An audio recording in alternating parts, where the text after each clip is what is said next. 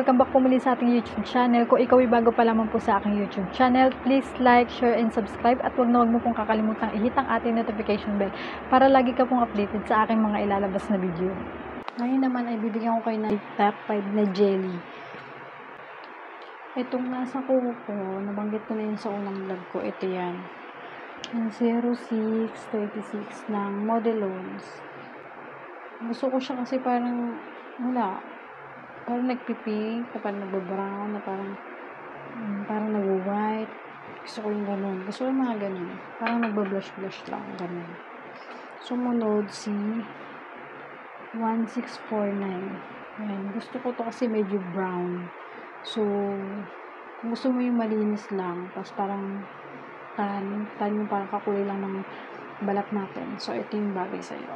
Tsaka hindi, kahit anong kulay mo ng balat mo, bagay. So, maganda siya, malinis. Sunod, itong si 1637. Gusto ko kasi, siya. Sobrang light lang nito eh. Para siyang peach. So, yan.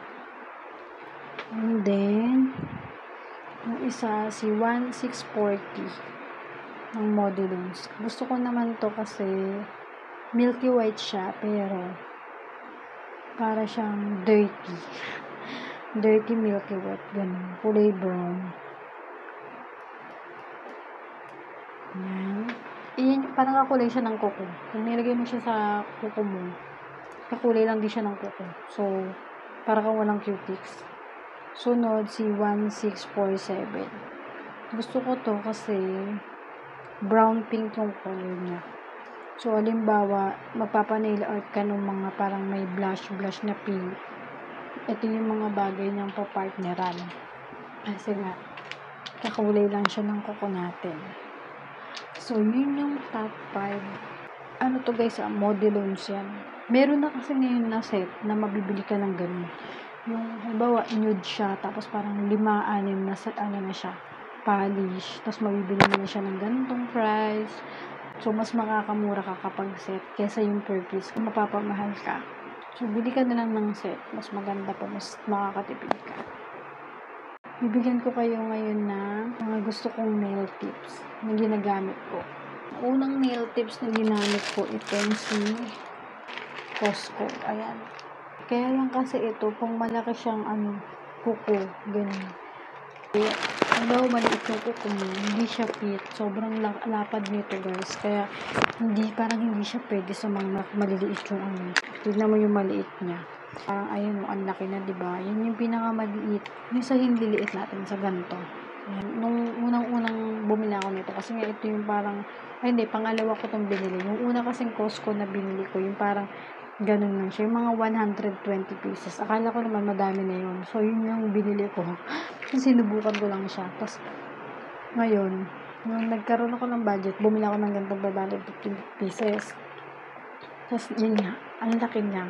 So, kailangan pa siyang i-file yung gilid. Diba sa kung saan yung pag malapad, pag yung lagpas yung pinapile ko yung mga gilid. Kailangan mo siyang i-file. Ang maganda lang dito, nakabat na siya. Ayun, yung half, pre-wrap na siya.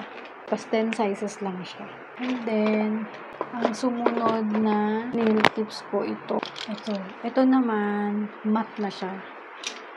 Ang alam ko kasi pag matte, pwede na siyang hindi mo na siya i-buff yung loob.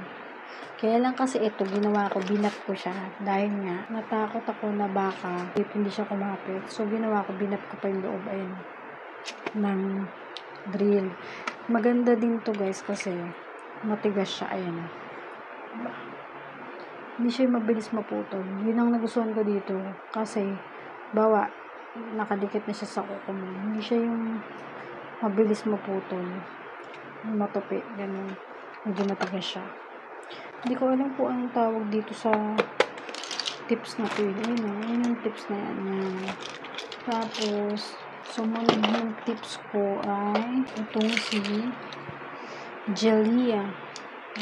Ito. Nirecommend lang to dun sa isang application na pinapanood ko. Sinabi niya na maganda nga daw itong si Gelia. So, bumili ako nito si Gelia. Hindi naman din talaga ako nagsisi. Maganda naman din talaga siya. Hindi siya mabilis maputol. Kahit lumipis na siya, kakadrill mo, ganyan. And, ayan. Ito ay pre-wrap na din. Tapos, ang ganda niya kasi ang dami niyang size. Ilan to? 3, 6, 8, 10, 11. 11 sizes siya. So, maganda siya, diba? Tapos, kaya ako siya lalo nagustuhan kasi maliit lang kasi yung hinliliit ko, guys. So, sakto lang yung may pinakamaliit siyang size. Ganun. Nasakto lang sa kuko ko. Ayun, sa hindi liit. So, yung katulad ng may mga client kasi na maliliit lang talaga yung mga daliri. Maliliit lang din yung kuko. So, sakto lang siya doon. Kaya, isa siya sa nagustuhan ko. I-update ko ulit kayo kung ano pa yung mga magagandang nail tips na magagamit natin. Hindi pa ako nagdadagdag ulit ng gamit kasi ang dami ko pa talagang inaasikaso. So, yun lang naman, guys.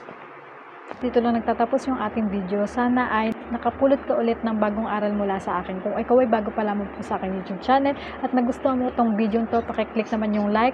At syempre, wag mong kakalimutan mag-subscribe at i-hit ang ating notification bell para lagi pong updated sa aking mga ilalabas na video. So yun lang naman, guys. Thank you for watching. Bye!